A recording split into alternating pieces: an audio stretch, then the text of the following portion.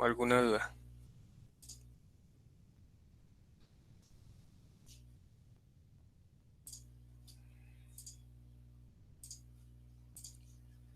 Bueno, entonces sigamos con longitudes de desarrollo.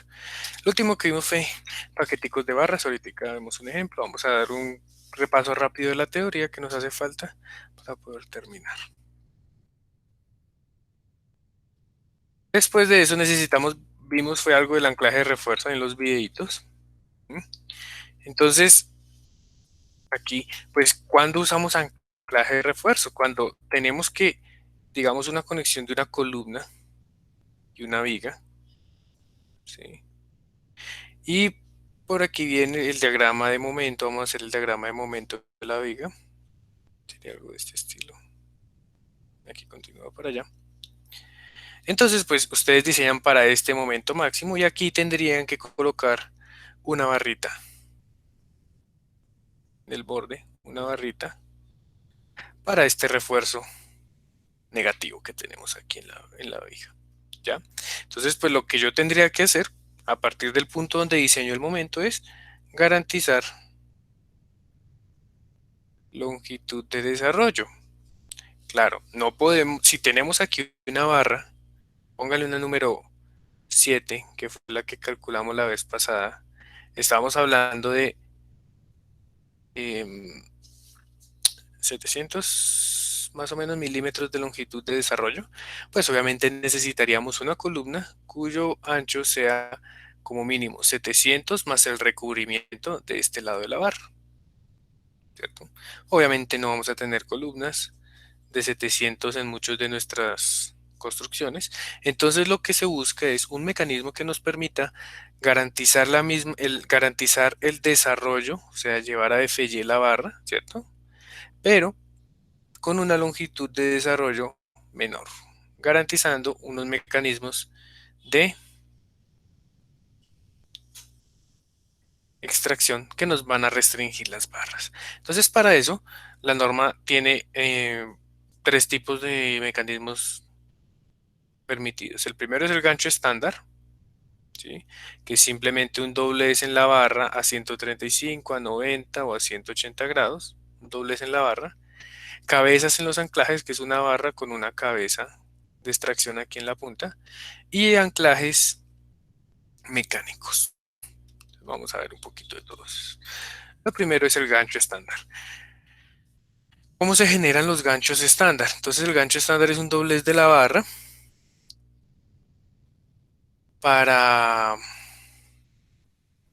pues, que genera que en esta cara de la barra se presente una restricción adicional a la extracción de nuestra barra del concreto. ¿Sí? Nosotros podemos tener tres tipos de ganchos en las estructuras de concreto. Un gancho a 90 grados, un gancho a 180 y un gancho a 135. Su uso depende del tipo de refuerzo que estemos considerando. Entonces, por lo menos aquí viene nuestra barra y tenemos que hacerle un doblez que nos garantice en estos ángulos, pero estos dobleces tienen unos requisitos específicos. No puede ser cualquier doblez hecho por el maestro en la obra, ¿no? Entonces, ¿de qué va a depender esos dobleces? Va a depender de un diámetro mínimo de doblado que se busca para minimizar los esfuerzos residuales en la zona de dobleces de la barra. ¿Sí? Va a depender de una longitud mínima de extensión más allá del gancho, ¿sí? Para poder generar este doblez sin que se superen los esfuerzos. Y bueno, ¿de qué más depende? Del tipo de uso. Por ejemplo, estos dos primeros son los que usamos para el refuerzo longitudinal principal, ganchos a 90 y ganchos a 180.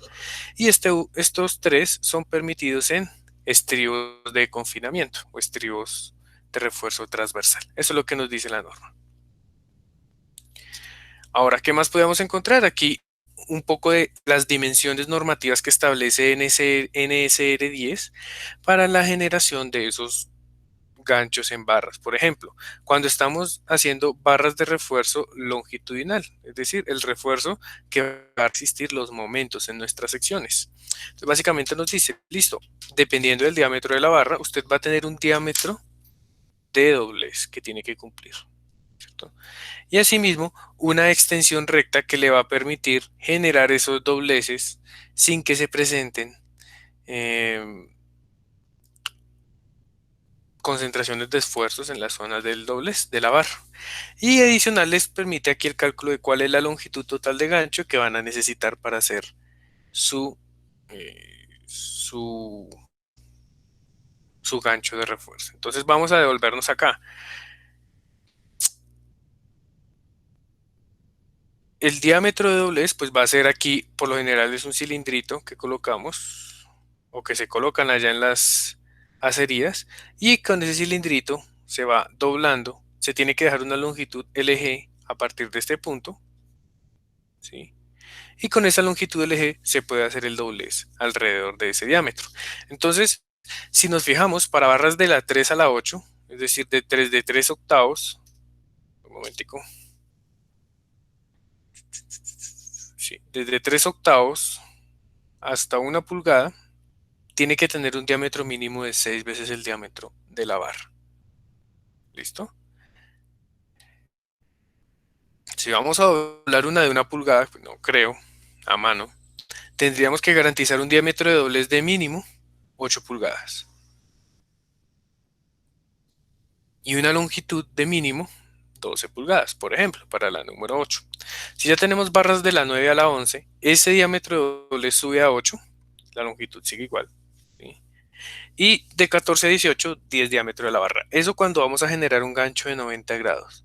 Pero cuando vamos a generar un gancho de 180, va a cambiar la extensión recta. Entonces la extensión recta pide que sea 4 de diámetro de la barra o 65 milímetros, la que sea menor. Esto cuando van a hacer un gancho de 180 grados. Eso es lo que establece la NSR10. ¿Qué establece la CI 31819? Aquí están ganchos de 90 grados, ganchos de 180 grados. Un momentico. Es lo mismo que tenemos en la anterior diapositiva. Esto está en la versión ACI 31819. Bueno, listo. ¿Alguna preguntita hasta acá? Recuerden que todo esto ya debieron haberlo visto en los videos, entonces estoy pasando un poquitico rápido. Si tienen alguna duda, mejor que lo hagan antes de seguir. Listo. Cuando vamos a hacer estribos, entonces como les dije, estribos pueden tener tres distintos ángulos de doblez, 90, 135, 180. Y aquí viene la misma descripción. ¿Cuánto debe ser el diámetro de doblez, la longitud la longitud de extensión y la longitud total del gancho para realizar su gancho? ¿Listo? Eso es básicamente lo que nos pide la norma. Si miramos con ACI 318, regálenme un segundito, son lo mismo, no ha cambiado, eso en la nueva versión 318. Bueno, entonces ahí está cómo debe ser realizado el doblez y cómo se mide la longitud de extensión.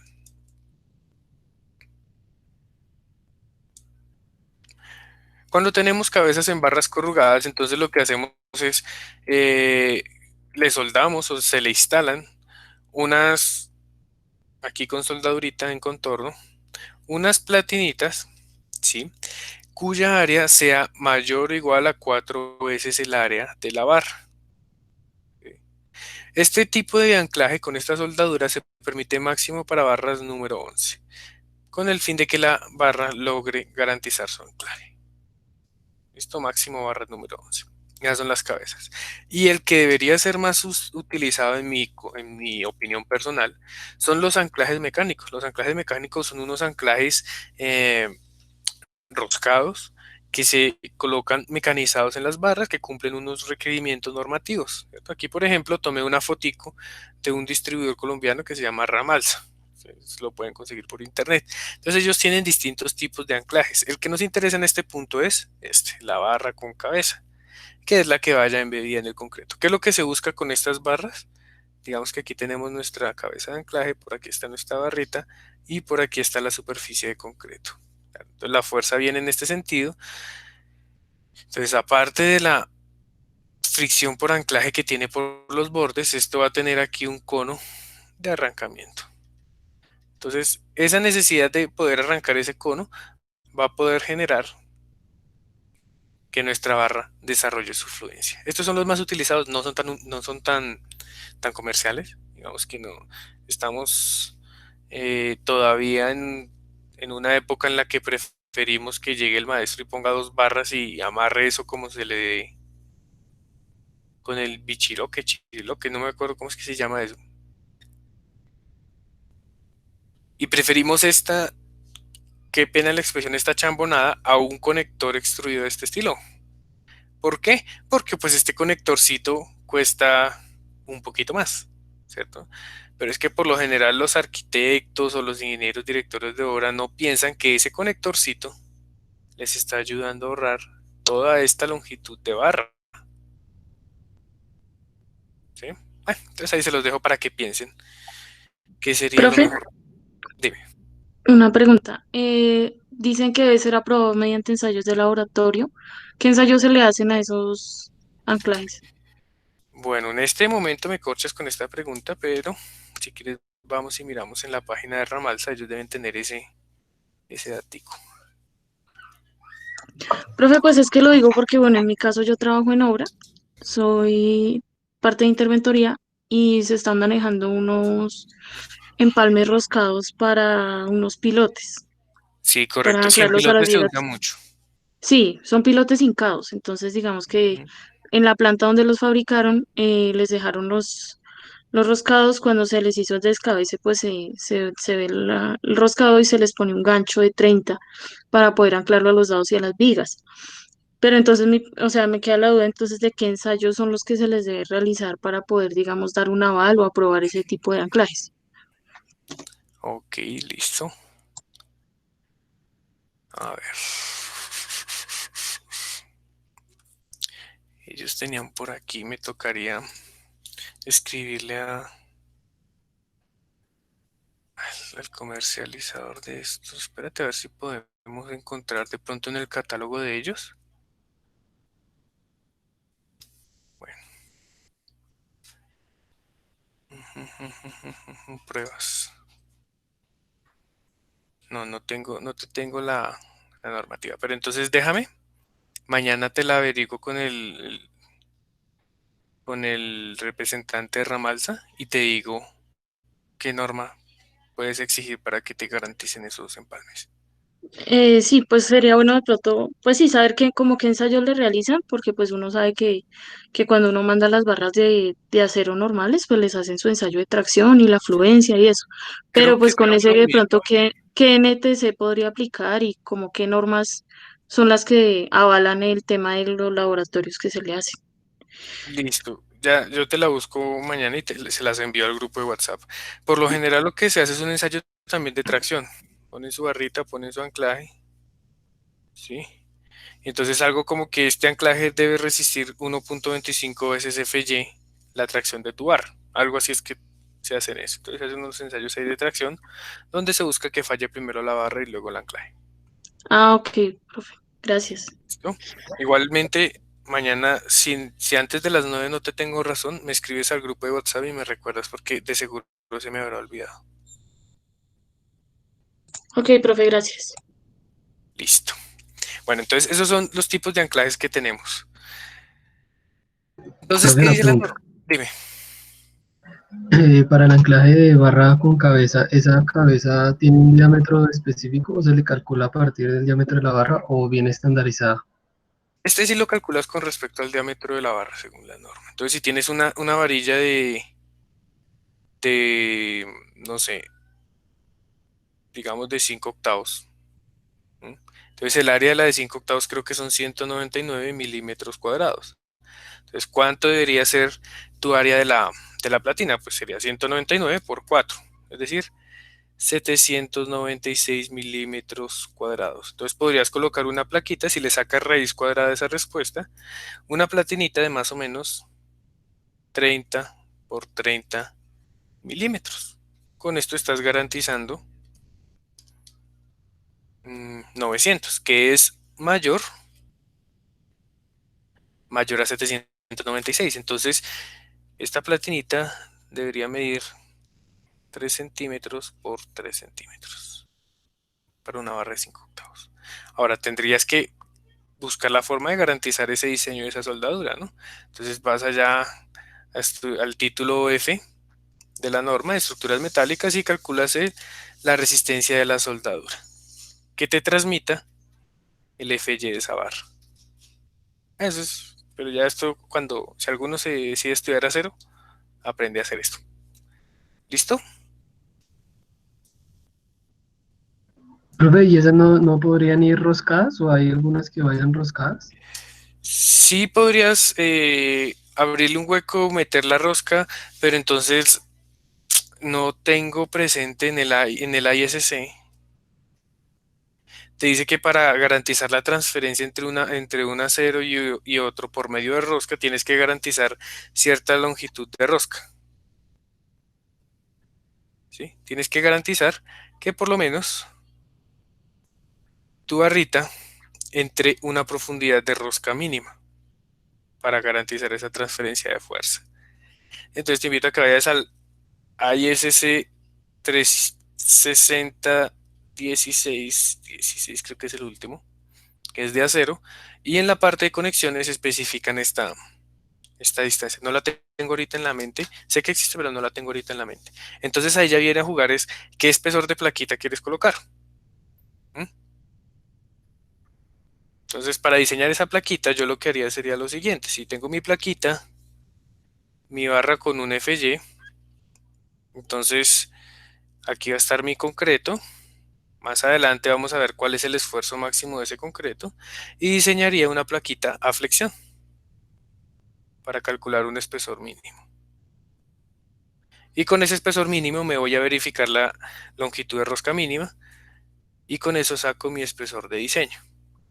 Digamos, yo lo haría de esa forma para garantizar la transferencia de esas dos fuerzas. Sé que posiblemente no me entiendan, primero porque estamos viendo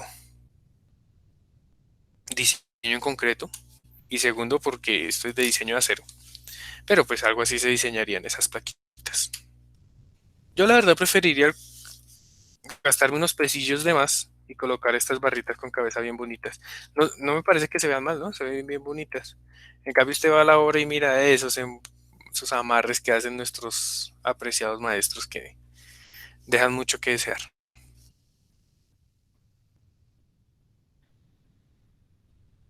¿Listo? ¿Alguien tiene otra pregunta?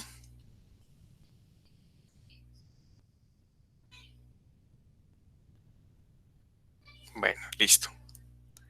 Entonces, vamos a dejar anclajes mecánicos y cabezas en barra para otra ocasión. El que desee consultarlas más específicamente, les recomiendo que vayan a la CI 318 y 19, no a la NSR porque estamos un poquito desactualizados, como por 15 añitos. Entonces, ¿para qué? Mejor mirar el 318 y 19. Y nos vamos a centrar en las longitudes adicionales de anclaje. Entonces, ¿qué dice? Bueno, por aquí viene la cara de mi columna, ¿sí? Entonces recuerden que a partir de este punto yo tenía que garantizar una longitud de desarrollo, ¿cierto? Que muy posiblemente se va a salir de nuestra columna. Entonces, pues si se sale, no me sirve. Tengo que generar unos ganchitos. Entonces, esos ganchos tienen una longitud mínima, que es este L de H, que es una longitud de desarrollo un poco más sencilla de calcular. Si se fijan, solo tiene en cuenta el recubrimiento epóxico, creo que era ese SCIE, y el diámetro de la barra, ¿cierto?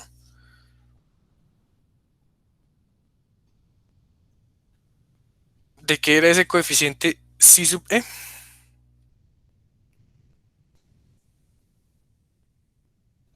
Del epóxico. Del epóxico, correcto. Entonces, por ejemplo, para el ejemplo la vez pasada, teníamos una barrita número 7. ¿Cuál sería la longitud mínima que debería tener ese gancho? Sería 0.24, no, le ponemos epóxico por 420 sobre 1 por la raíz de... ¿El concreto de esa vez de cuánto era? De 21. 21.1, correcto. No, listo. Por el diámetro de la barra número 7, que si no estoy mal son 399 Yo tenía por aquí abierta la norma. ¿Y cuál es el área de la barrita de 7 octavos? Creo que son 399. 387. 87. Gracias, Claudia. Entonces sería punto 24 por 420 por 387 dividido entre la raíz de 21. Eso me está... Uy, esperen un segundito, debo tener algo más.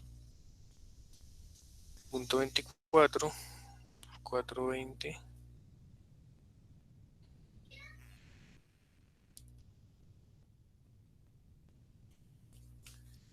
A ver, regálame un segundito, voy a verificar en el libro del profesor Segura.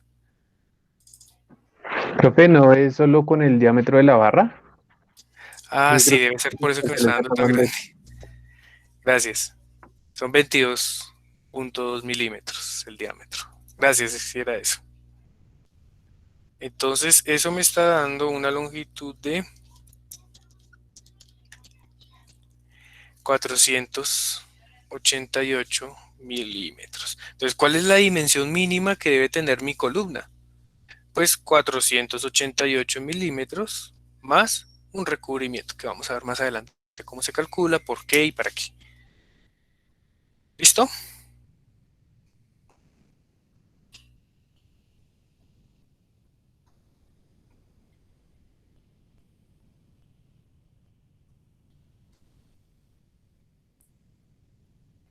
Bueno, esa longitud de desarrollo, o esa longitud mínima del gancho, tiene que ser menor, no puede ser menor a 8 veces el diámetro de la barra o 150 milímetros. ¿Ya? Para las barritas más pequeñas. Listo. Eso es lo que dice nuestra longitud de desarrollo. Ahora, ¿qué más tenemos que garantizar? Este lado de la barra, que para nuestra barra número 7, por ejemplo, sería 7 por 22.2. Eso estamos hablando de 155, perdón, 12 por el diámetro de la barra.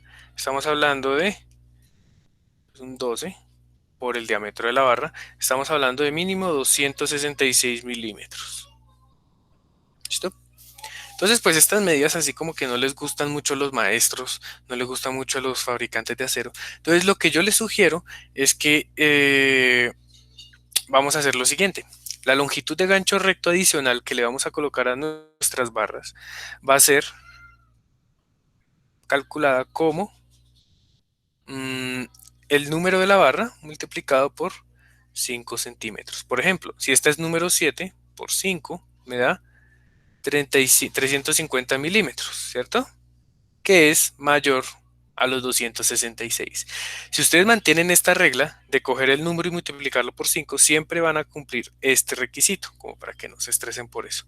Entonces, en muchos de los planos que ustedes ya muchos han visto, sale, digamos, la barrita con un ganchito, y si es una barra número 7, por aquí le sale 35 centímetros, ¿cierto?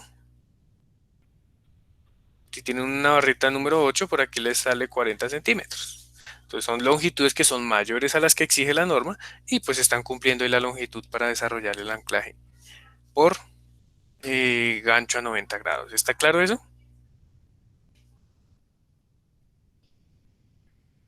Señor,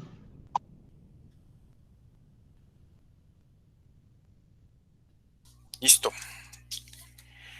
Ahora, cuando tenemos esas longitudes de desarrollo, nosotros podemos disminuirlas por estos factores. ¿Listo? Entonces estos factores aplican para ganchos solo de 90 y de 180, para barras menores a la número 11. ¿Ya? Entonces nuestra barra, digamos, es número 7. Entonces vamos a ver cuál de estos factores le aplican. Entonces,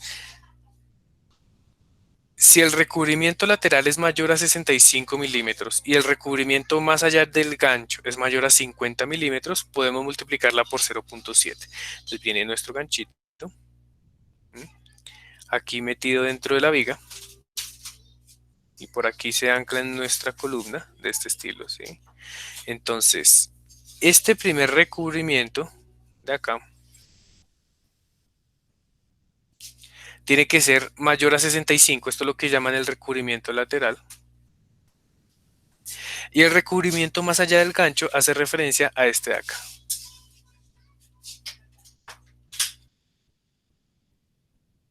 Listo. Si cumplimos estas dos condiciones, esa longitud de desarrollo yo la puedo multiplicar por 0.7.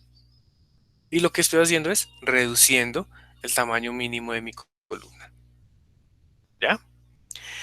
Si por otro lado no se cumplen esos requisitos, sino que tenemos estribos perpendiculares máximos a 3 diámetros de la barra, entonces esto va a llevar unos estribos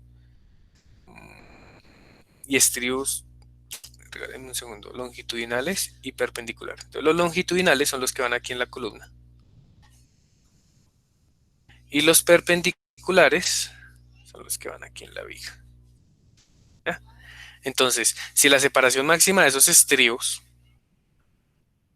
es máximo 3 veces el diámetro de la barra, puedo multiplicarla por 0.8, es decir, este espaciamiento entre estribos. ¿Sí? Lo puedo multiplicar por 0.8. Y cuando tengo ganchos de 180, la única forma de reducirla es con estribos máximo a 3 diámetros de la barra. Bueno, entonces, por lo general eso no, es complicarnos haciendo verificaciones que a la final no siento que sean representativas. Ya en un caso increíble que necesitemos ahorrar cantidades de acero, puede ser un buen mecanismo para ahorrar las cantidades de acero. Pero por lo general yo estos factores les dejo uno para no modificar esa longitud del gancho de anclaje. Y el último factor que aplica es el que habíamos visto la vez pasada de área requerida sobre área proporcionada. Entonces, ¿qué pasó en el ACI 318-19? Vamos a ver qué tienen ellos. Entonces, para las barras con gancho en tracción, bueno, aquí está el alfa, que ya lo sabemos, depende del concreto. El C sub E, que depende del epóxico. ¿Sí? Ellos, fíjense que la expresión de ellos es totalmente diferente a la nuestra, ¿cierto? Hay un diámetro de la barra por aquí a la 1,5. No tenemos aquí el 2,4, sino tenemos un montón de factores sobre 23. ¿Sí? Este factor Ci-R depende del confinamiento del refuerzo. ¿Sí? Entonces, para barras número 36 y menores, con unas expresiones de los estribos de confinamiento, ATH, de los estribos a torsión y esta no me acuerdo cuál es, pero ya la vamos a ver más adelante cuando veamos cortante, y una separación máxima de 6 diámetros de la barra, pues toman 1, si no, pues 1,6. Por el otro lado hay un factor de ubicación que es este C sub O. ¿Sí? Entonces, para ganchos que terminan dentro del núcleo de la columna con recubrimiento lateral nominal al plano normal, al plano del gancho mayor a 60 o con recubrimiento lateral normal al plano mayor de 6 diámetros de la barra. Básicamente está hablando de los dos recubrimientos que veíamos ahorita. Este de acá y este de acá. Si cumples cualquiera de las dos, el coeficiente vale 1. Si no se cumple, 1,25. Y por último, un factor C sub C que depende de la calidad del concreto. Concretos menores a 42 la calculan con esta expresión. Concretos mayores o iguales a 42 la calculan con esta expresión, con 1. ¿Listo? Eso lo pueden conseguir allá en el ACI 318-19 en esta tablita. Para efectos de nuestro curso, no se preocupen, las evaluaciones van a ser con NSR10. Bueno, todos los ejercicios que hagamos va a ser con NSR10, que pues es nuestra norma válida en este momento. Pero pues ahí les voy dejando el 318-19 para que vayan pensando qué van a hacer el otro año y qué modificaciones pueden tener. Listo. ¿Alguna preguntita de esto de longitud de desarrollo?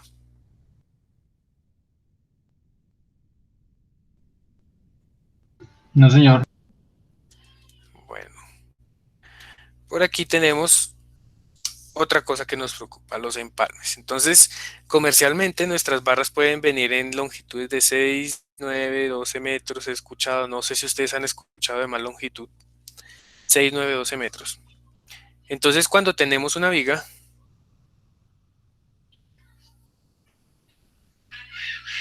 digamos de, no sé, 8 metros, pues entonces nos va a tocar hacer algo que llamamos empalmes. Entonces, viene una barrita doblada, un ganchito, y por acá en alguna posición hacemos algo que llamamos un empalme. Esos son los empalmes que les digo que les encantan a nuestros maestros. Cogen el bichiroque, chiriloque y ¡pum! Hacen su amarre ahí. ¿Listo? Esto es una forma de hacer el empalme con un alambre dulce ahí enredando. Otra forma es, vamos a ver un corte transversal por acá, es colocar la barra a una separación determinada, ¿sí? Y que el concreto de estos conos de extracción se encargue de hacer la transferencia de carga de la una a la otra. Esa es la otra opción. Por lo general yo he visto mucho estas del alambrito ahí torcido. O pues la otra opción es lo que nos contaba su compañera. Venía el pilote, lo descabezaban y ahí quedaba la barra de refuerzo con un anclaje.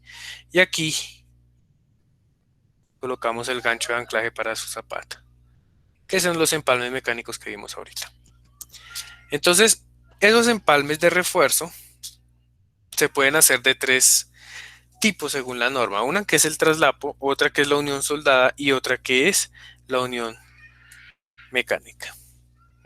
¿De quién es la responsabilidad de estos empalmes? Ojo con eso, muchachos. La responsabilidad de la ubicación de esos empalmes es parte del ingeniero estructural. Eso está dicho por la NSR10, que es una ley de la República. Entonces, cualquier error en eso, ya saben que eso es para problemas judiciales y todo el día.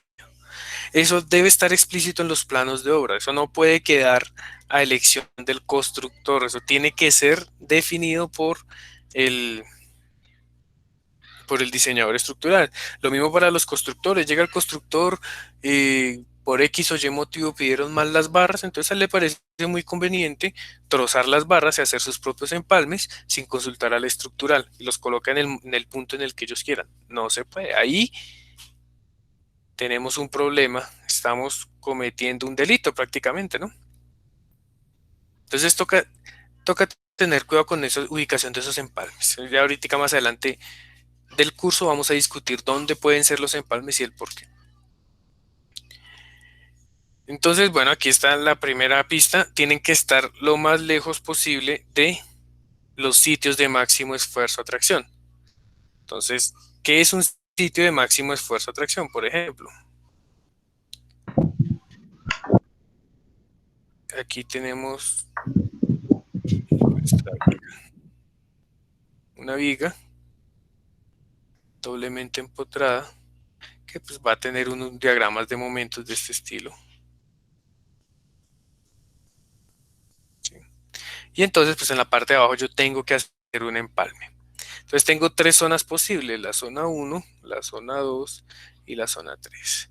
¿Cuál de esas tres zonas tiene los mayores esfuerzos a tracción? El primer y último tercio. Bueno, si es un refuerzo superior, si es un refuerzo inferior, El segundo, evidentemente. ok. El segundo, la zona 2, es la que tiene mayores esfuerzos de atracción. ¿Cuál es el problema de la atracción? Si viene aquí su sección transversal, la que tiene su barrita y tiene aquí unas tracciones, ¿sí? Pues en este punto el momento es máximo, y si el momento es máximo, esta fuerza de tracción es máxima. Y si es máxima, pues va a haber más demanda del alambrito ese que pusimos ahí para amarrar esas dos barras.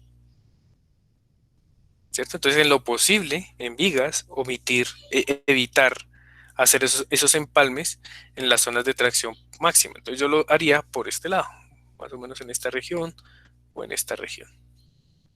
¿Listo? Para evitar esas demandas de tracción en los empalmes. Entonces, el primero es el empalme por traslapo. ¿Listo? Entonces, como les comentaba, hay dos formas de hacerlo. La primera, con una unión entre barras.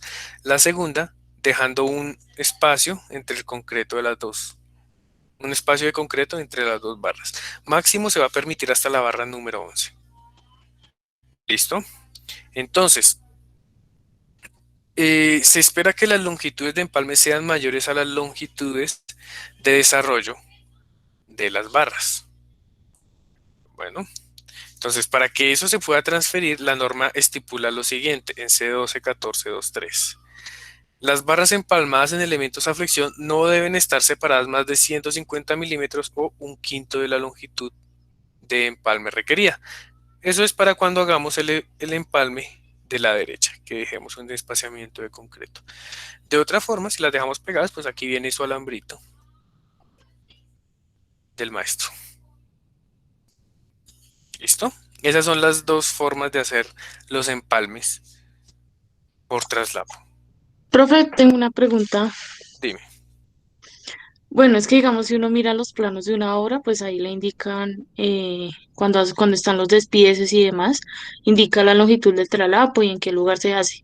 Pero, por ejemplo, cuando constructivamente, eh, digamos que no se tiene, por ejemplo, una barra de 12 metros o de 13 metros, o bueno, lo que pide el plano, y necesariamente hay que hacer un traslapo, porque no se puede de otra manera y constructivamente hay que hacerlo. ¿Cómo qué criterios se tienen para, pues, para que en la obra o bueno, ya en la práctica se cumpla con la normativa respecto a esos traslapos?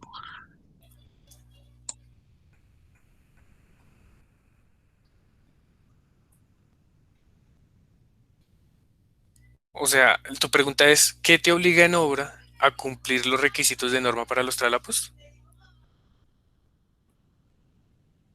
Sí, o sea, como que se tiene en cuenta, digamos que cuando se tienen que hacer traslapos que no están dentro del plano, o sea, que son adicionales a los que están dentro del plano, pues por cosas ya netamente de obra, no por descuido en cuanto a diseño o a mirar los planos, sino porque de pronto pasa en obra. Te toca consultar con el estructural. Recuerda que si tú lo colocas donde te cuadra y está mal ubicado y se cae y por X, eres tan de malas que de ese traslapo, no creo que pase, pero de ese traslapo depende toda la resistencia de tu edificio y se cae y encuentran eso y le preguntan al estructural y él dice, a mí no me preguntaron nada, es culpa del constructor y él tiene que responder y tiene que pagar. Sí. Lo mejor es que hables con el estructural. Dile, ¿en dónde le puedo hacer traslapos? Paso esto y él mismo te modificará el esquema del traslapo y te dirá dónde lo puedes ubicar, ¿sí? Porque él, pues, él conoce perfectamente su obra, sabe dónde tiene los momentos y los esfuerzos, atracciones. Entonces lo que yo te aconsejo es siempre háblate con el estructural. No hagan nada en la obra que no esté especificado en planos. Ok, profe, gracias. Listo. Entonces, cuando tienes barras a tracción, entonces la longitud mínima del empalme tiene que ser, cuando tienes empalmes de clase A, una vez la longitud de desarrollo, cuando tienes empalmes de clase B, 1.3 la longitud de desarrollo. ¿Qué es un empalme de clase A? Entonces la norma tiene esos dos. La verdad es un poco confuso la definición de un empalme clase A y un empalme clase B en la norma. Por ejemplo, dice, empalme de clase A, se suministra el doble de refuerzo requerido a flexión, es decir, el A sub S es mayor o igual al 2 veces el A sub S requerido. ¿Mm? Y se traslapa máximo la mitad del refuerzo en esa zona. Digamos que si tienes 8 barras, 1, 2, 3, digamos que tienes 4 barras, entonces en la zona del traslapo, traslapas máximo la mitad, es decir, 2 traslapadas acá y las otras 2 tienes que traslaparlas pues más adelante, ¿sí? Eso es básicamente un empalme tipo A, que en una misma zona no tengas más de la mitad de las barras traslapadas. Y dice, cuando se traslapan barras de diferente diámetro, la longitud de empalme será la mayor entre la longitud de la barra de mayor diámetro y la longitud de traslapo de la menor. Eso es básicamente lo que dice la norma de lo que es un empalme clase A. ¿Qué es un empalme clase B? Todos los contrarios. Entonces, por lo general, yo pongo siempre 1.3. Y de esa forma me libro de empezar a garantizar todo esto. Lo que decía su compañera en obra. Es más trabajo coger el plano y decirle, listo, la mitad traslápela acá y la otra mitad traslápela acá al final. ¿sí? Es más trabajo eso que ponerle el factor de 1,3 a esa longitud de una vez. Y salimos de problemas. Profe, una duda. Dígame. Esta longitud de desarrollo que habla ahí para la longitud de empalmes es la longitud de desarrollo, que calculamos, digamos, mediante la fórmula extensa o podemos usar cualquiera, pues digamos, de las... Mediante la fórmula extensa. Ok. O sea, esa es la fórmula. Ya te digo, ¿cuál es esa fórmula? Está por aquí. Esta de acá. En base a esa. ¿Listo? Listo, profe, gracias. Entonces, eso es para cuando tienes barras en tracción. Es decir, eh, cuando digamos nuestra viga de ahorita, teníamos esta barra de acá abajo. Esta es una barra de tracción, porque está soportando un momento de tracción. La barra que va por el centro acá arriba sería una barra a compresión, ¿cierto? Por la distribución de esfuerzos. Entonces, cuando tienes barras a compresión, dice que la calcules de estas dos formas. Cuando tienes refuerzo menor o igual a 420 o mayor a 420, tan, tan. Listo, depende solo del diámetro de la barra y el FY. Por lo general, yo prefiero siempre tomar la longitud de atracción y omitir la compresión. ¿Por qué? Porque es que supongan que tienen una columnita empotrada y viene por acá el sismo. Cuando llega el sismo, pues su diagrama de momentos sería algo de este estilo. ¿Sí? Entonces ustedes cogen su columnita y le ponen un refuerzo por este lado para tomar las tracciones de ese momento. Pero el sismo no solamente va en esa dirección. ¿Qué pasa si el sismo llega y cambia la dirección? Entonces su diagrama de momentos cambia y ahora esta barrita que tenía en atracción quedó sometida a compresión, pero la que tenían aquí a compresión quedó sometida a tracción y no está cumpliendo la longitud de desarrollo a tracción, sino la de compresión. ¿Sí entienden? Entonces, debido a esta inversión de esfuerzos, yo sugiero que omitamos la longitud de empalme a compresión y siempre manejemos la longitud de empalme a tracción para todo.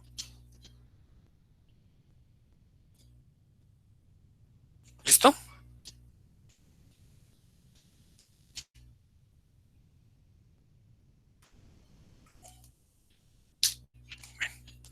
¿Qué dice la CI 318? Pues tiene factores bastante similares. La cosa es que allá, como están incluyendo unos refuerzos de ultra alta resistencia, pues son tres expresiones diferentes. Entonces, si se fijan,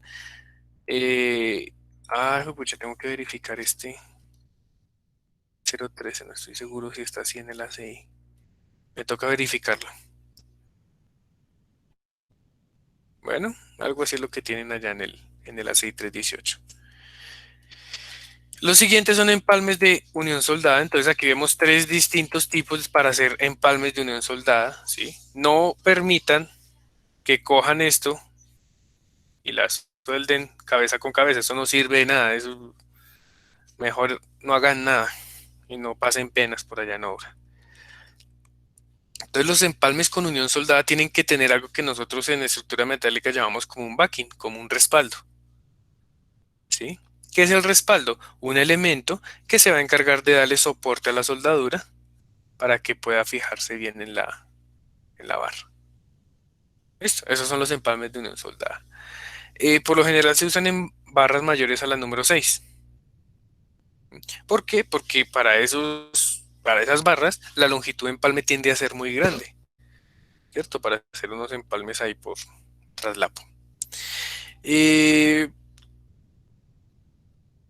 El uso de los empalmes necesita que sean escalonados como mínimo 600 milímetros entre ellos. Entonces, por ejemplo, tenemos una viga y tenemos tres barras. La barra 1, la barra 2 y la barra 3. Si vamos a usar empalmes soldados, vamos a ubicar un empalme por acá en esta sección, otro por acá y otro allí más adelante. Los escalonamientos, es decir, la distancia entre el centro de cada empalme, por ejemplo, entre este punto y este punto, debe ser mayor a 600 milímetros. Listo, eso es lo que nos exige la norma para usar empalmes de tipo unión soldada. Y los últimos son los más bonitos, los menos usados, obviamente, empalmes con dispositivos mecánicos. Fíjense que aquí existen empalmes para barras de diferente diámetro, barras de igual diámetro, ¿sí? ¿Cómo es que se llaman estos? Lineales, no lineales. Hacia esto es a lo que vamos nosotros en la ingeniería, o es a lo que deberíamos ir, lo que nos permitan ir los constructores que ponen la norma, ¿sí? Porque la norma es hecha por ellos, básicamente. Entonces, estos empalmes, bueno, aquí está lo que yo le decía a su compañera ahorita, deben ser capaces de desarrollar al menos 1.25 veces la fuerza de fluencia de la barra. Entonces hace unos ensayos ahí de tracción sobre las barras de los dispositivos de empalmes. A ver, ¿qué más tenemos por aquí? Listo. Y esto sería todo el tema del primer capítulo, que es referente a longitud de desarrollo y empalmes de una sección. ¿Están claros con eso? ¿Alguna preguntita? ¿O alguna duda?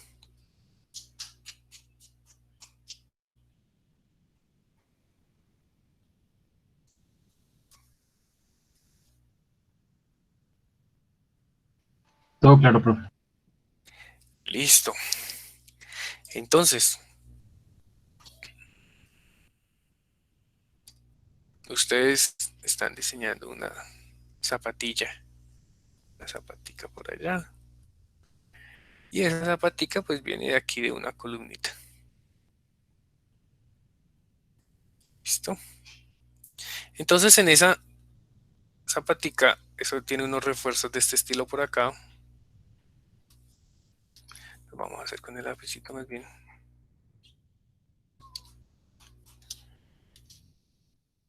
Unos refuercillos, vamos a dibujarlos en rojo. De este estilo por acá. Y la columnita, pues ustedes ya hicieron su diseño, llega por acá y se ancla a esa zapata. Entonces, la pregunta es, ¿cuál es la altura mínima de esa zapata? Entonces vamos a ver cómo está diseñada nuestra columna. Nuestra columna es una columnita cuadrada cuyo refuerzo transversal son 8 barritas.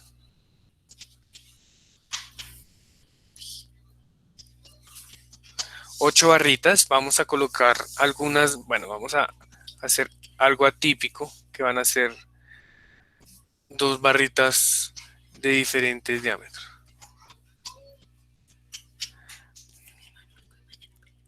Entonces, vamos a decir que estas son de 7 octavos y estas circulares, que son las más grandecitas, de 1 pulgada. Algo que no hemos visto, que vamos a ver más adelante, es el recubrimiento. Nosotros debemos garantizar un recubrimiento en nuestras estructuras para garantizar que no se sulfaten, que no se oxiden, que no se corroa el acero de refuerzo. Entonces, más adelante vamos a ver, pero confíen en mí que este recubrimiento debe ser 75 milímetros. ¿Cuál es la altura mínima que necesita la zapata? Entonces, lo primero que haríamos sería definir cómo va a ser nuestra zapata, nuestra barra. Obviamente no voy a colocar una zapata para una barra de 1 pulgada. La vez pasada, regálenme un segundo, voy a abrir otra ventana de estas con lo de la vez pasada. A ver, habíamos manejado un F'CD, perdón.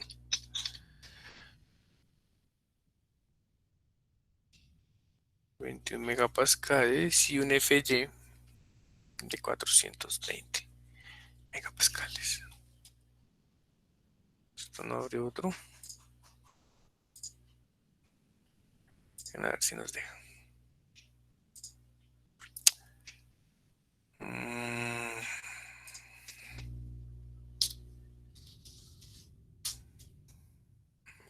hacer algo aquí para poder acceder a la anterior.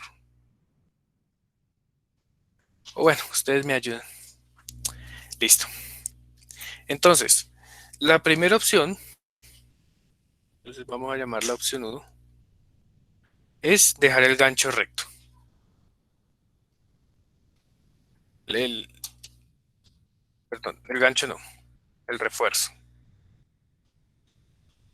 de la columna recto.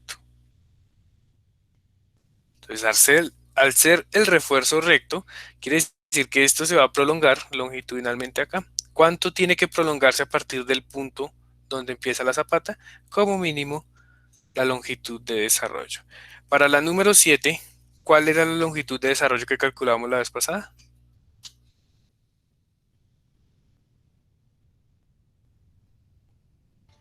Pues tuvimos dos resultados, uno Por la fórmula larga, 739,88 milímetros. 779, ¿cierto? 39. 39 milímetros. Listo. Entonces, para la número 8, debe ser un poquito más grande. Entonces vamos a revisar por acá. Barras corrugadas a tracción, creo que era esta. Aquí está, 739. Para la barra número 8 sería 845. Listo, 845 milímetros. Entonces llega a su barrita hasta por aquí a una distancia LD de 845. La mínima de esas dos debería ser, o sea, la longitud que gobierna sería la máxima, es decir, 845. Entonces la altura mínima de esa zapata debería ser 845 milímetros más. Eso por lo general se deja por encima de la parrilla de la zapata. Esa parrilla puede tener un refuerzo, no sé, número 7. Entonces le tienen que sumar el diámetro de esa barra más el recubrimiento de 75 milímetros. ¿Cuánto les da la altura mínima para la opción 1?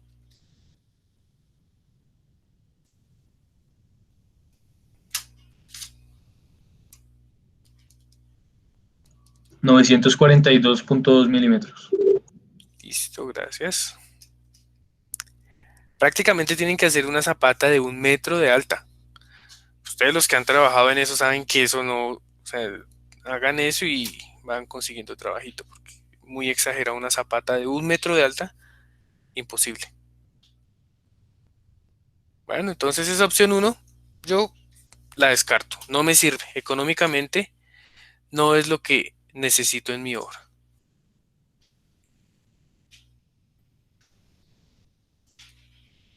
Opción 2, ganchos de refuerzo. Ganchos en el refuerzo. Entonces esta opción 2 dice, coja su varillita, alárguela hasta y genérele un ganchito ahí de 90 grados. En este caso, mi longitud de desarrollo va a ser algo que llamábamos LDH. ¿Sí? Entonces, lo mismo para la barra número 7 y para la barra número 8. ¿Cuánto va a ser esa longitud LDH? Que fue lo que vimos ahorita en la presentación. Voy a venir por aquí a buscar la longitud de desarrollo. Acá. Según la norma colombiana es 0.4 FY, diámetro de la barra sobre la raíz de F'C. 4 FY, diámetro de la barra sobre la raíz de F'C. Aquí está pues lambda y aquí está psi sub e, que por lo general vale 1. Entonces para la número 7 habíamos dicho que su longitud de desarrollo con gancho era más o menos 488 milímetros. Para la número 8, ¿de cuánto estamos hablando? Sería 488 dividido entre 22.2 por 25.4. Si no estoy mal, estamos hablando de 558 milímetros más o menos.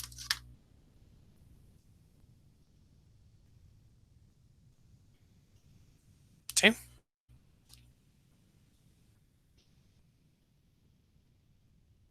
Listo.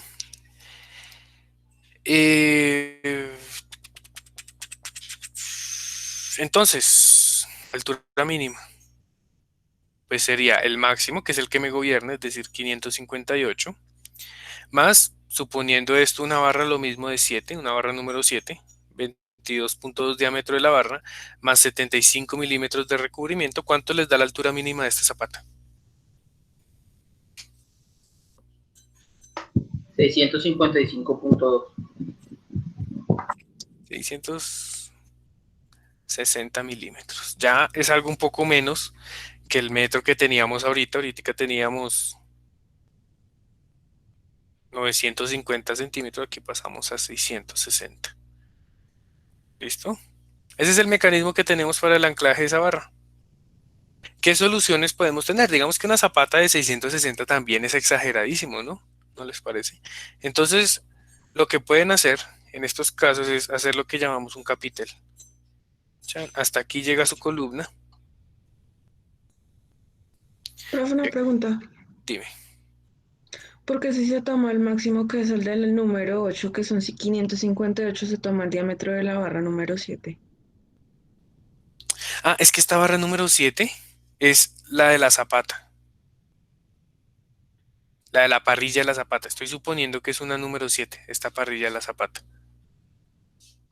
Profe, yo también tengo esa duda, pero según pues el diagrama de la columna está diseñada con barras de 7 octavos y de 1. Claro, ¿Por qué la de 8? esas me refiero son a estas, ¿no? Sí. Bueno, pero entonces voy a hacerle un zoom a este dibujo. A ver si logro hacerlo por acá. Para clarificarles un poco más cómo se va a ver eso. Esta es su zapata. Y aquí viene su barra de refuerzo. Perdón. Su barra de refuerzo de la parrilla de la zapata. Esto cuando veamos cimentaciones sabremos cómo calcular esto. Vendría algo así.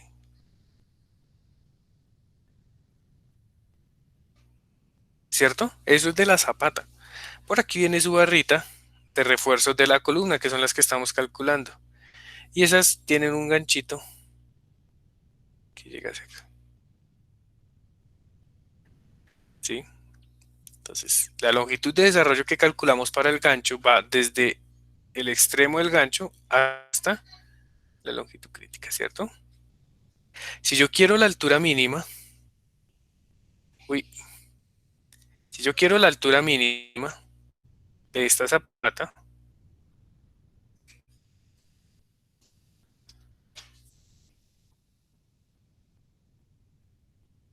entonces a esta longitud de desarrollo tengo que sumarle el diámetro de esta barra de la parrilla y el recubrimiento. ¿Sí? Entonces, pues estoy suponiendo que esto es una barra número 7. Por eso en mis expresiones aparece este 22 de acá. Y lo mismo en la anterior era esta de acá. Sí, pero pues ¿de dónde sale la barra número 8? O sea, porque se toma como referencia esa. Ah, por el refuerzo que le puse a la columna. A ver, fíjense Ah, que yo les dije que mi columna, no es lo típico, ¿cierto? Iba a tener dos tipos de refuerzos. Unas barras número 7, que son las crucecitas, y unas barras número 8, que son los circulitos.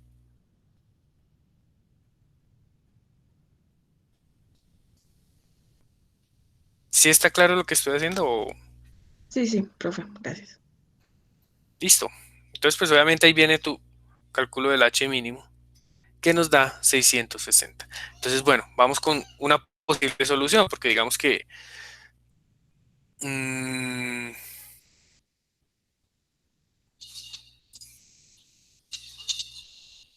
está un poquito difícil manejar esa longitud, ¿cierto? Entonces, a partir de este punto, que es donde termina mi columna, yo tengo que garantizar la longitud de desarrollo. Hacer prácticamente eso no es una zapata, sino es un dado de cimentación de 60 centímetros, es antieconómico. Entonces lo que uno hace es construye un capitel, como un pedestal, ¿sí? Y por aquí abajo vendría su zapata. Claro, entonces ya la longitud de este gancho, ¿sí? No solo depende del espesor de su zapata, sino también depende pues de esta altura de capitel y estamos ahorrando todo este concreto de aquí de los lados, básicamente. Listo, esa sería como la solución a este problema. Pero eso no generaría una concentración de esfuerzos en esa zona. Entonces, en esta que coloreé, No, en la parte superior donde se contrae el área, en ese cambio en la- abrupto de área, ¿no sería una concentración de esfuerzos? aquí en este, Sí, en esa zona. no, porque los esfuerzos antes se van a disipar mejor, claro, empiezan a tener una disipación trapezoidal, ¿cierto? Entonces ya la carga de aplastamiento que tengas aquí en este punto va a ser menor porque tienes mayor área. Entonces concentración de esfuerzo no vas a tener ahí.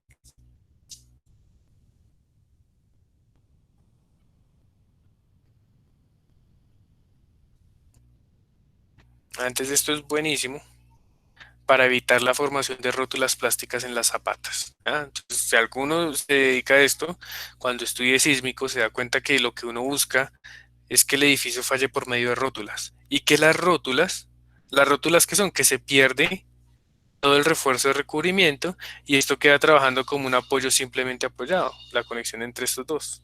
Se vuelve un apoyo simplemente sin transmisión de momento. Entonces lo que uno busca por lo general es que esa rótula se presente por encima del nivel del terreno. ¿Ya? Si se presenta en la cimentación estamos jodidos. ¿Y por qué es ¿Listo? crítico la situación, profe? Si se Mm, presentara abajo. de presentar la rótula, Sí, señor. porque imagínese esto.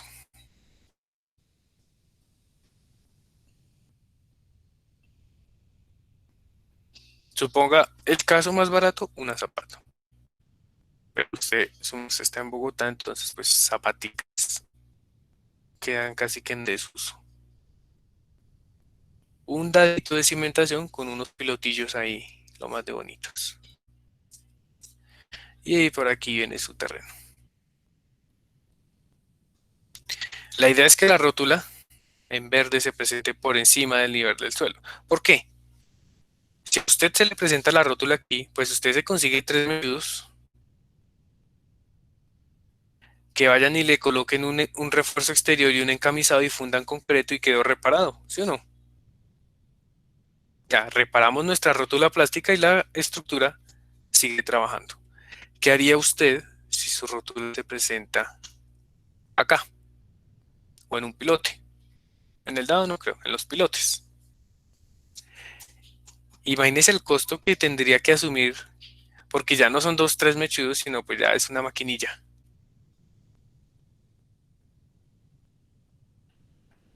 Que le quite todo este terreno. ¿Hasta cuándo? Hasta cuando usted logre identificar la rótula. ¿Dónde le dio la rótula? No lo sabemos. Recuerden que la distribución de esos esfuerzos en los pilotes es algo de este estilo para suelos blandos. ¿Ya? Entonces, no sabemos en dónde está la rótula. Vaya usted y búsquela por allá abajo. No le dio. Los que han trabajado hasta cuánto ha sido lo máximo que han hecho pilotes. Digamos, la chica que me preguntó ahorita de los empalmes, ¿qué longitud tenían de hincados esos pilotes? Profe, pues es que hay pues de varias longitudes, pero lo máximo que hay es de 52 metros. Entonces, gracias. Imagínese su merced estar excavando esto y que estés tan de malas de que la rótula le dio por acá a 40 metros. ¿Cuánto le cuesta eso? Pues le sale mejor, invéntese otra vaina. Una vaina que cimente por otro lado y haga una cimentación nueva y ya. ¿Sí? Entonces, por eso es que buscamos garantizar rótula por encima del nivel de cimentación. Entonces, muchas veces esos capiteles ayudan. O sea, este capitel que les ponía acá.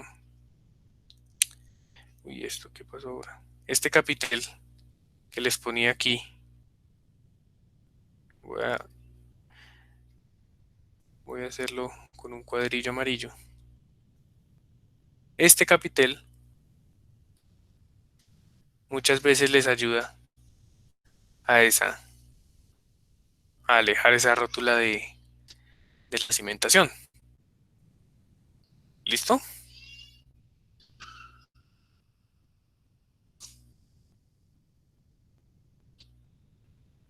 Bueno, para eso nos sirve conocer la longitud de desarrollo. He conocido proyectillos que los devuelven por este requisito. Claro, no cumple norma, pues se devuelve. Puede estar peleándole quien le esté peleando, pero es que no está cumpliendo la norma. Cualquier falta a la norma es un delito y un delito se paga con cárcel o con plata. ¿Sí? Entonces, graves, para que tengan eso con mucho cuidado, muchachos. ¿Alguna preguntita de la longitud de desarrollo en ganchitos?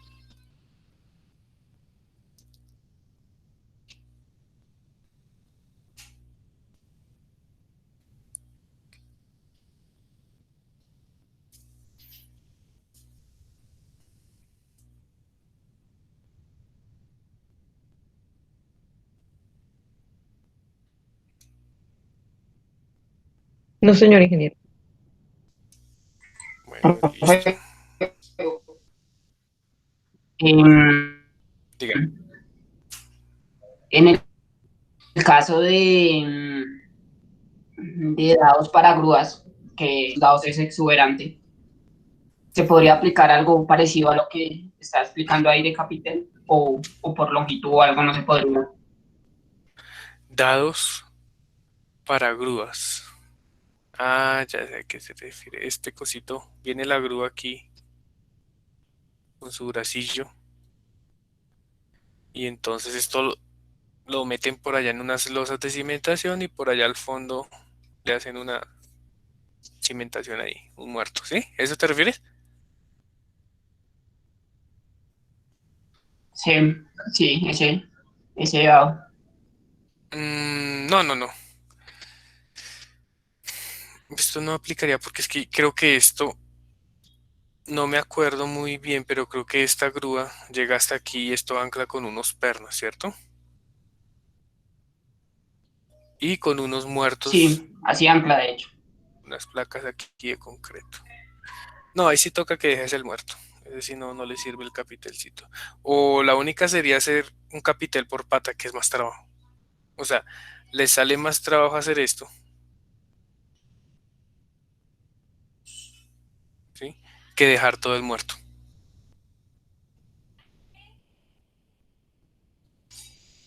Entonces, para ese no creo que funcione muy bien. No creo que funcione muy bien.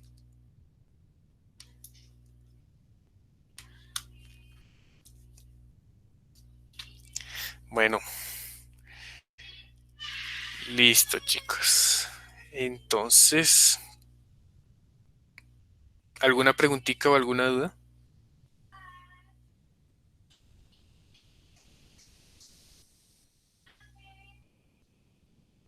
No, señor. Bueno, dime. Profe, qué pena. ¿Me podría explicar un poco mejor qué es lo de la rótula plástica? Es que eso no lo entendí. Bueno, eso es más como diseño sísmico. Digamos que mm, vamos a hablar de el diseño de sus edificaciones. Esto es un poco relacionado a lo que es el R, ¿listo? Por allá, eso que sale en la norma un R. El R que se llama el coeficiente de ductibilidad, pero yo digo es el R de la rementira, porque eso no funciona, eso no es así, menos en concreto. Entonces resulta que hagan de cuenta que ustedes tienen un edificio sometido a una acción del suelo. Entonces recuerden que eso se distribuye por medio de una fuerza horizontal equivalente, entonces su edificio se va a deformar. ¿Sí? Una distancia delta. Bueno, entonces, ¿cómo sería el esquema de deformación de ese edificio? Regálenme un segundito, por aquí tenía unos esquemitas que nos pueden ayudar a entender eso. Entonces, listo. ¿Eso cómo se mide? Por medio de unas curvas que se llaman momento curvatura. Momento curvatura. Entonces empieza su edificio a cargar. Sí, creo que sí es un momento curvatura, no me acuerdo. Sí. Entonces comienzas tu edificio a cargarlo, y le metes toda la carga del sismo. Entonces, pues toda la carga del sismo va a generar que dentro de su edificación se generen unos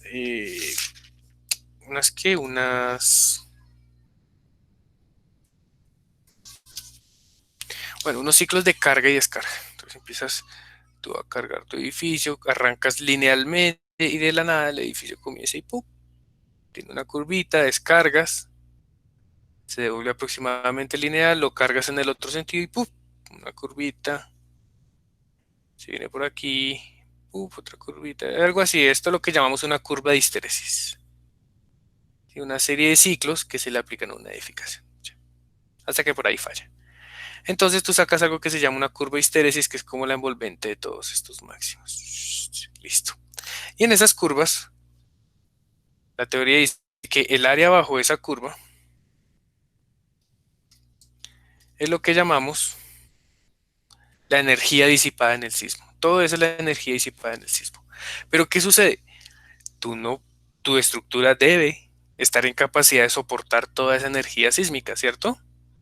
Pero es mentira, tú no puedes diseñar una columna con el momento máximo porque eso te da supremamente cara, grande y costosa. Entonces, ¿qué dice la norma? Listo. Vamos a analizar hasta dónde tu sistema guarda una linealidad que permite decir que presenta un comportamiento elástico. ¿Sí? Entonces, toda esta zona es lo que llamamos la energía elástica que disipa el sismo. Entonces voy a colocarle el nombre energía elástica. Nuestras estructuras están diseñadas para disipar esa energía elástica, porque el método de la fuerza horizontal equivalente, el método es un método elástico. ¿Ya? ¿Para dónde se va todo el resto de energía? Esta energía verde la vamos a llamar energía inelástica. ¿Para dónde se va esa energía? El sismo no desaparece esa energía. Esa energía le entra a tu edificación, ¿no? Entonces, toda esta energía tiene que ser disipada inelásticamente. ¿Cómo disipamos nosotros inelásticamente? Tenemos una ventaja y es que tenemos dos materiales, un concreto y un acero. El acero es el que te va a permitir tener disipación en el rango inelástico. ¿Ya? Pero ¿qué sucede? Esta disipación en el rango inelástico implica un daño. ¿Sí? ¿Qué buscamos? Que ese daño sea localizado, que no ocurra donde el edificio quiera, no. Buscamos que ese daño ocurra en ubicaciones específicas. Ese daño es lo que nosotros llamamos una rótula plástica. ¿Sí? Entonces, por ejemplo, aquí en esta conexión, vamos a irnos con esta conexión de acá. Viene la viga y llega a tu columna. Si tú vas a una obra a construir esto, estos manes te construyen eso monolíticamente, ¿no? Entonces podríamos decir que entre estos dos hay una continuidad que lo asemeja a una viga empotrada. ¿Ya? Ese sería nuestro diseño elástico. Cuando se generan muchas concentraciones de esfuerzos, pues en lugares cerca a los apoyos, vamos a perder esa capacidad de transferencia de momento, ¿sí? Con distintos daños en el elemento, y entonces tu sistema deja de ser empotrado para convertirse en un sistema simplemente apoyado. ¿Ya? Entonces, ¿qué pasa? Todos los momentos que te estaba transmitiendo la viga en este punto pasan de ser un momento a no transmitirte nada. Y entonces, pues los momentos que vienen debido a esto se transmiten como cargas puntuales y se redistribuyen en el resto de la estructura. Eso es básicamente una rótula plástica, una conexión que pierde la capacidad de transmitir momento. Entonces, ¿nosotros qué buscamos? Por lo general, que esas rótulas se presenten en lugares estratégicos de tu edificación, por ejemplo. Lo primero que buscamos siempre que falle por rótula son las vigas. Entonces se van a empezar a generar unas rótulas aquí en estas partes, que lo que hacen es cambiar tu modelo. Digamos, tu modelo ya no serían vigas empotradas, sino serían vigas simplemente apoyadas. Entonces, pues cambia el comportamiento ante cargas sísmicas. Ya, listo. Generas esas rótulas. Posteriormente a eso, pues generar rótulas en las columnas, pero en los niveles superiores. Lo ideal es que nunca lleguemos a rotular una columna. Y por último, las bases. Esta debe ser la última zona que te rotule en una edificación. Que busques que rotule, pues son la más crítica. De ahí para abajo, ya dijimos ni pensar en rótulas. ¿Listo? Entonces, ¿qué dice la norma? Usted debe diseñar su edificio para que sea capaz de disipar la energía elástica. La energía inelástica, disípela por medio de las rótulas. Pero entonces para esas rótulas tú tienes, ¿cómo generas tú este análisis inelástico? Hay distintas formas de hacerlo y puedes hacer algo que se llama un análisis de pushover. ¿Mm? Para determinar dónde están las rótulas, qué refuerzo. Esto se puede generar por medio de una modificación en el refuerzo transversal. Es decir, en los estribos. Generas unas zonas de confinamiento y esas zonas de confinamiento te ayudan a generar las rótulas. Entonces las rótulas son fundamentales. ¿Para qué? Para poder disipar energía en el rango inelástico. Sí, eso es más o menos como una untadita de lo que es una rótula. Porque pues obviamente esto no es tan sencillo como lo estamos viendo, sino esto es algo bastante más complejo. ¿Listo?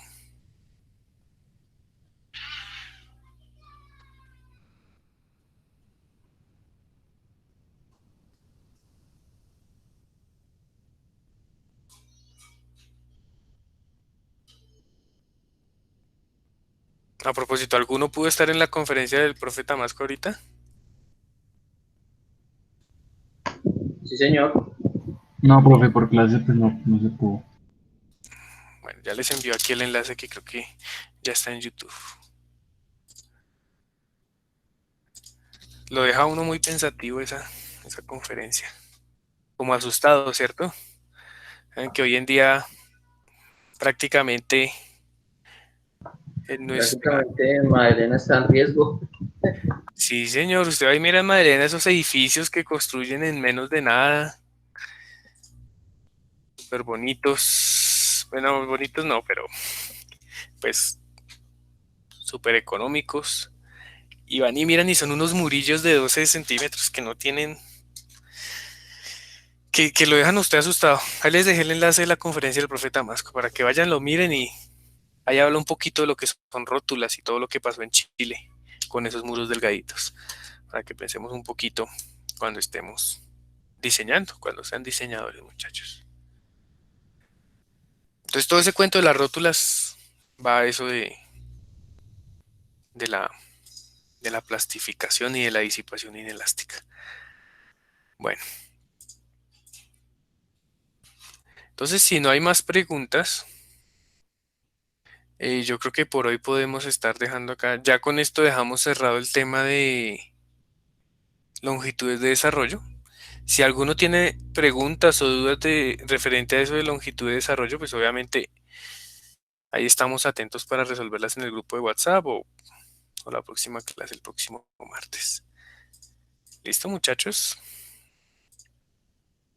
Entonces, a partir del próximo martes comenzamos con flexión. Entonces les encargo que revisen los videitos. Les recuerdo que el martes tenemos quiz de flexión. Sería nuestro segundo quiz. Y que va hasta antes de vigas con refuerzo a compresión. Bueno. ¿Alguna pregunta, muchachos? ¿Alguna duda?